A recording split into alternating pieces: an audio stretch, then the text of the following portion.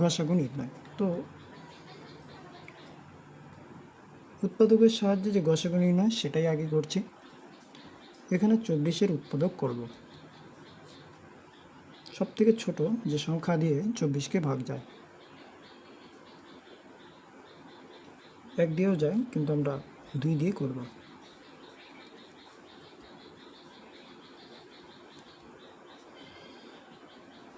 ছয় দিয়ে ভাগ গেলে 12, 6কে ভাগ করব 2, 3, 3কে আবার 3 দিয়ে ভাগ যায়, প্রয়োজন নেই। এবার 36, 36কে ভাগ 2 দিয়ে করব, 2কে 2, বাকি থাকলো 1, 1, আচ্ছা 16, 8 দুগুণে 16। 18কে ভাগ 9 দুগুণে 18, 9কে ভাগ 3, 3কে 9। এবার এই উৎপাদকগুলোকে সাজিয়ে নিব। 24-এর ক্ষেত্রে যে উৎপাদক এসেছে 2 গুণ 2 গুণ 2 গুণ 3। 36-এ যে উৎপাদকগুলো এসেছিল তাদের গুণকে সাজিয়ে নেব। 2 2 3 3। এবার এদের মধ্য থেকে সাধারণ উৎপাদক খুঁজে বের করব, যা 24-এর উৎপাদক এবং 36-এর উৎপাদক। 2,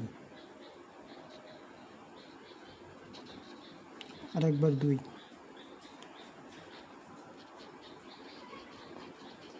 3। এই সংখ্যাগুলো 24-এর উৎপাদকের ক্ষেত্রেও আছে, 36-এর উৎপাদকের ক্ষেত্রেও আছে। তো এগুলো হচ্ছে সাধারণ উৎপাদক। তাহলে গসাগুর ক্ষেত্রে 24, 36-এর গসাগু হবে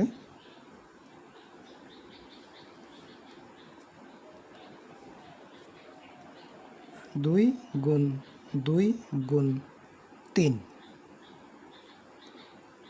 2 দুগুণে 4, 3 4-এ 12।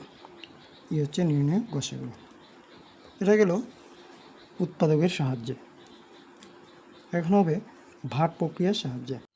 এখন করব ভাগ প্রক্রিয়ার মাধ্যমে গসাগু।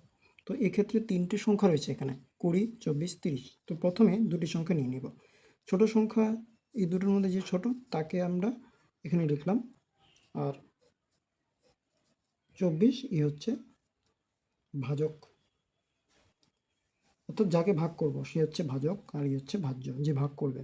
এবার এই ভাগ প্রক্রিয়া চলবে চলাকালীন একটা বিষয় মনে রাখতে হবে যে 20 দিয়ে যখন 24-কে ভাগ করলাম, 20কে 20, ভাগশেষ থাকলো 4। এবার যতক্ষণ না পর্যন্ত শূন্য আসবে ততক্ষণ এই ভাগ প্রক্রিয়া চলতে থাকবে। কিন্তু এই যে ভাগশেষটা দিয়ে আবার এই ভাজককে ভাগ করতে হবে। এখানে ভাজক ছিল 20, সেই 20কে নিয়ে আসলাম, আবার 4 দিয়ে 20কে ভাগ, 4 5-এ 20, উত্তর এখানে 0। এইভাবে ভাগ প্রক্রিয়া চলতে থাকবে যতক্ষণ না পর্যন্ত শূন্য আসে। অর্থাৎ ভাগশেষ যখনই আসবে তখনই আবার কি করতে হবে, ওই যে ভাজক আছে সেই ভাজককে ভাগ করতে হবে ভাগশেষ দিয়ে, যতক্ষণ না পর্যন্ত শূন্য আসে। আর শূন্য আসলে এখানেই ক্ষান্ত। এবার এই যে 4 আছে, সেই 4 হচ্ছে, এই 4 যে আছে এই 4 দিয়ে ভাগ করতে হবে পরবর্তী সংখ্যাকে। পরবর্তী সংখ্যা আছে 30, সেই 30কে এবার 4 দিয়ে ভাগ করব। এই 4 দিয়ে 30কে ভাগ করছি। 4 দিয়ে 30কে ভাগ করলে কত হয়, 4 6 24, 4 7 28, 4 9 36। তাহলে 4 7 28, এটাই ঠিক আছে। 4 7 28 দিলাম, বিয়োগ করলে কত হচ্ছে 2। এবার ভাগশেষ কত আসলো 2। এবার যে ভাজক আছে এখানে ছিল 4, এই ভাজককে এবার ভাগ করতে হবে, অর্থাৎ ভাজকটা ভাজ্য হয়ে যাবে আবার এখানে এসে 4। তাহলে 2 দিয়ে 4কে ভাগ করব, 2 দুগুণে 4, উত্তর কত 0। শেষ 0 আসলো, আর কেউ নেই ভাগ করার।